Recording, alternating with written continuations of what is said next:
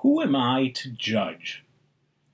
That was how Pope Francis responded to a reporter's question asked on a plane heading home from his trip to Brazil, a question about the status of gay priests in the Catholic Church. The Pope responded, "If a person seeks the Lord with good will, who am I to judge?" And my first thought was, who are you to judge? You're the Pope.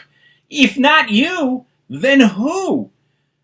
As Pope, you lead a millennia-old institution with 1 billion followers, an institution with deep roots in legal history and steeped in tradition.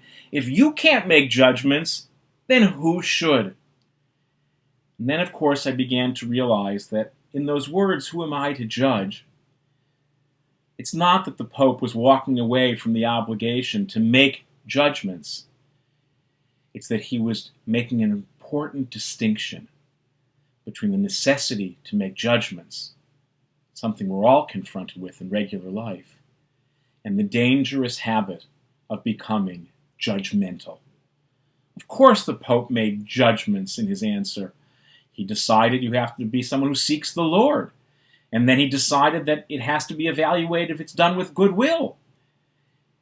And then when all that's done, he also accepted with great humility that in the midst of making judgments, we all need to get to a place, and even the most important of decisions, when we admit there are some things we can't judge.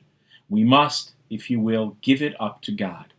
In effect, the choice can't be between being paralyzed out of making all judgments in order not to become dangerously judgmental, or insisting that our right to make judgments allows us to make judgments endlessly about everything and everyone.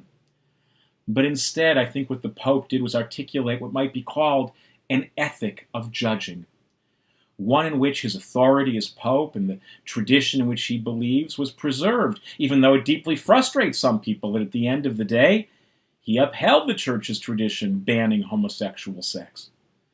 But he also admitted that even as one who makes significant judgments which will not be popular with many people, there are limits to even his authority to make judgments, as there must be limits with all people's authority.